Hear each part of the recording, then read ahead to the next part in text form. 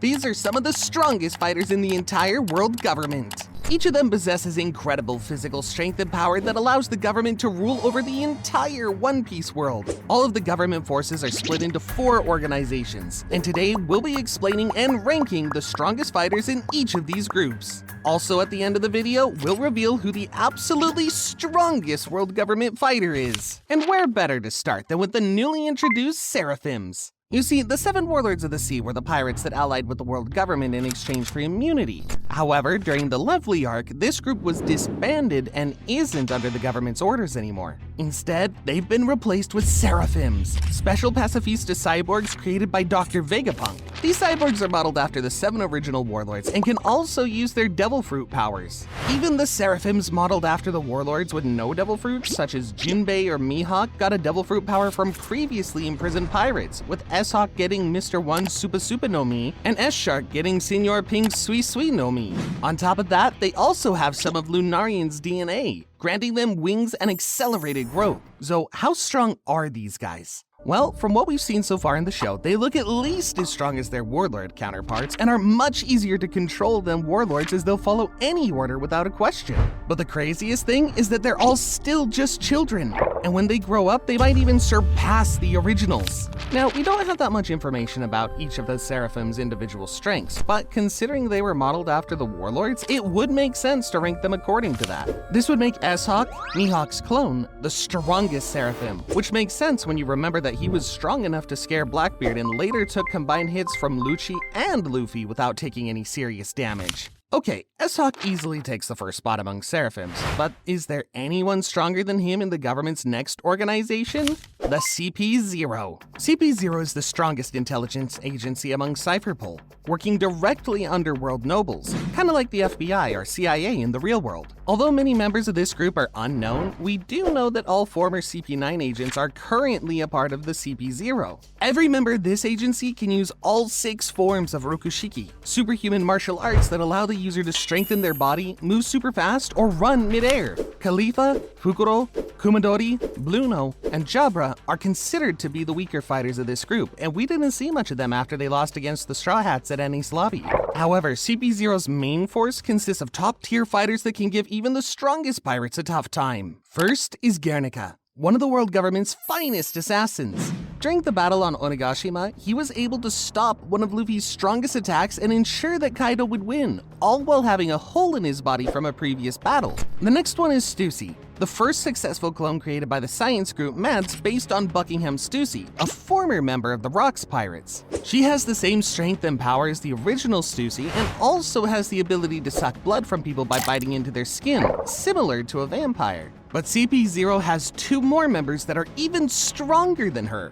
and one of them is giraffe human Kaku. Kaku got much stronger since we last saw him during Enies Lobby. He learned hockey and even managed to awaken his devil fruit. On the Egghead, he finally got his rematch against Zoro, and although the battle was cut short, he proved capable of holding his own against him, at least for a short time. Still, not even Kaku is the strongest CP0 member, as that title goes to Rob Lucci. Lucci started his training to become a Cypherpol assassin when he was only 6 years old, and it was immediately evident that he was on a completely different level compared to everyone else. When he was 13, Lucci was sent to deal with a hostage situation where pirates captured 500 soldiers.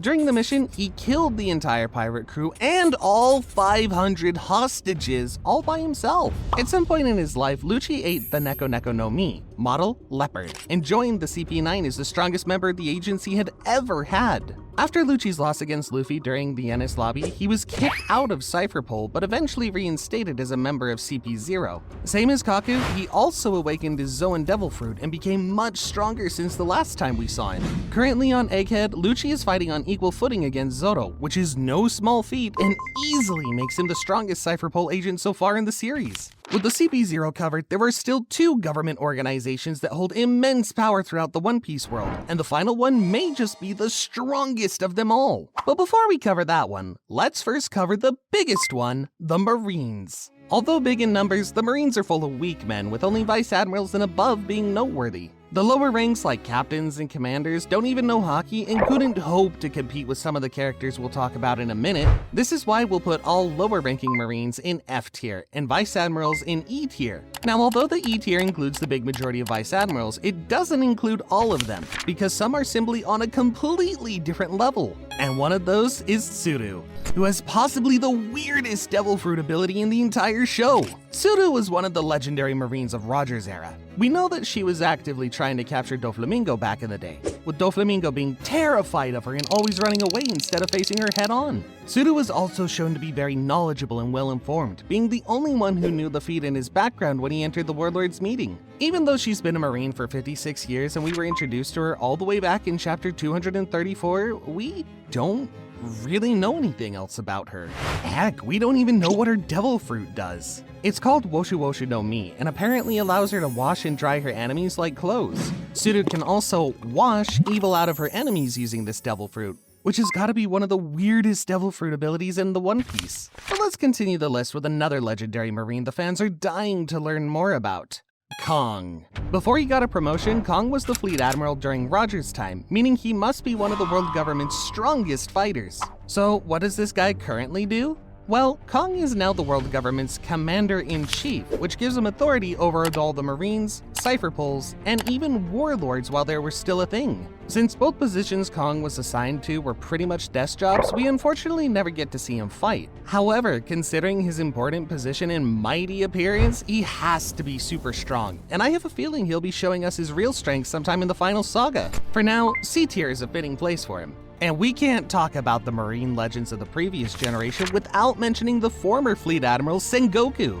Sengoku joined the Marines when he was 23. From there, he slowly climbed the ranks, becoming an Admiral, then the Fleet Admiral, and finally Inspector General.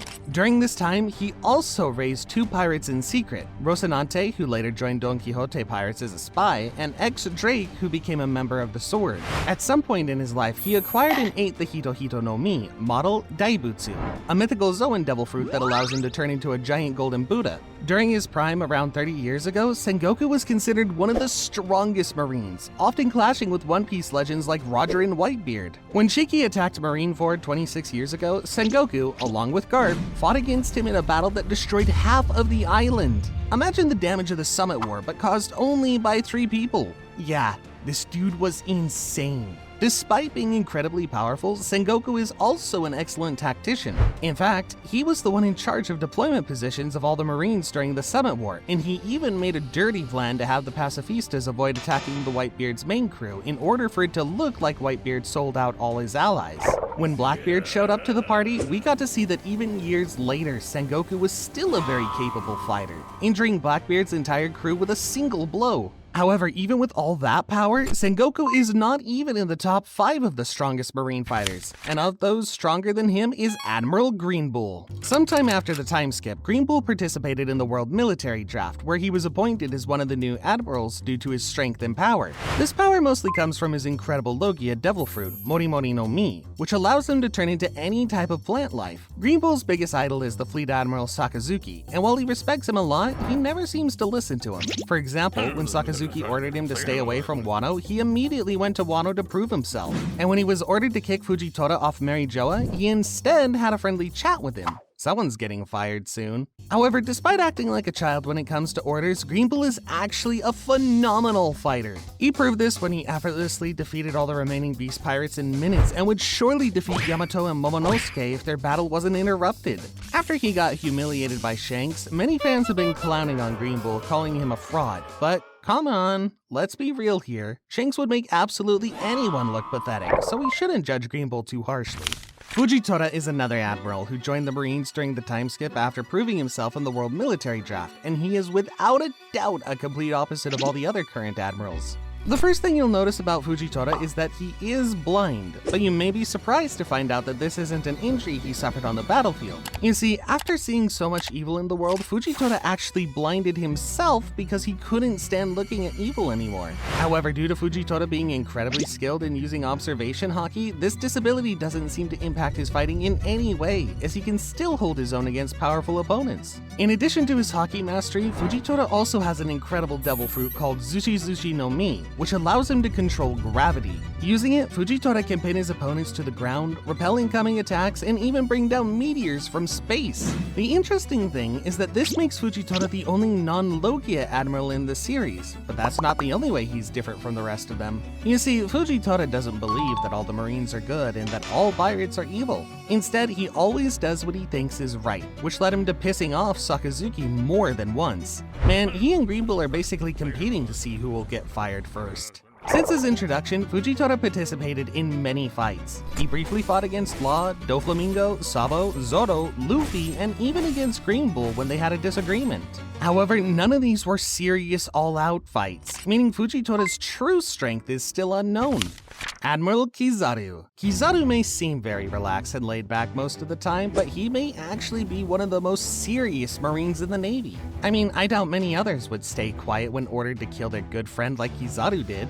But let's start from the beginning. 𝐂𝐮 was originally introduced in chapter 506, and he had one of the most badass entrances in the entire series. First, he casually rode on top of a cannonball and then effortlessly defeated 4 supernovas whose combined bounty was 777 million berries. Even when the Dark King Rayleigh jumped in to stop 𝐂𝐮, he couldn't really do anything but briefly stall the admiral. The reason 𝐂𝐮 is so strong is mostly due to his absurdly powerful devil fruit, 𝐵𝐵𝐵𝐵𝐵 no Mi, which allows him to turn into and control light. In addition to standard Logia abilities, 𝐂𝐮 can pretty much travel at light speed, teleport to any desired location, or even blind his enemies. As far as we know, in his 32 years of being a Marine, 𝐂𝐮 has never taken a hit that seriously damaged him. However, this recently changed during the Egghead arc, when he finally clashed with Luffy and pretty much got paralyzed by Luffy's punch. During this arc, 𝐂𝐮 also showed how seriously he takes his Marine duties when he agreed to kill Dr. Vegapunk, his old friend whom he had known for many years.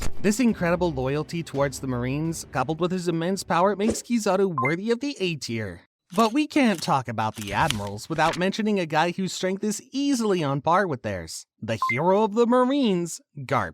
Garp joined the Marines at the age of 22 and quickly ascended through the ranks due to his incredible physical strength, eventually becoming the Vice Admiral. During his prime, Garp was widely recognized as one of the strongest fighters of his time, being the #1 rival of the Pirate King and almost catching him quite a few times. However, what really made Garp famous was the God Valley incident, where he teamed up with Roger in order to take down Roxy Zebek, a famous pirate who wanted to conquer the world. After that, Garp gained the epithet Hero of the Marines and became somewhat of a symbol around the world. Now you may be wondering, if Garp was really that famous and powerful, why did he never become an admiral? Well, you see, Garp was actually offered this position on multiple occasions but instantly refused each time. This is because the admirals are under the direct control of the world nobles, or as Garp calls them, scumbags, and have to protect them whenever they're in danger. This obviously wasn't something Garp wanted to do, so he just continued being the Vice Admiral and pretty much did whatever the hell he wanted. This carefree attitude is what eventually got him in big trouble in the recent chapters when he decided to attack Blackbeard's base of operations in order to save Kobe.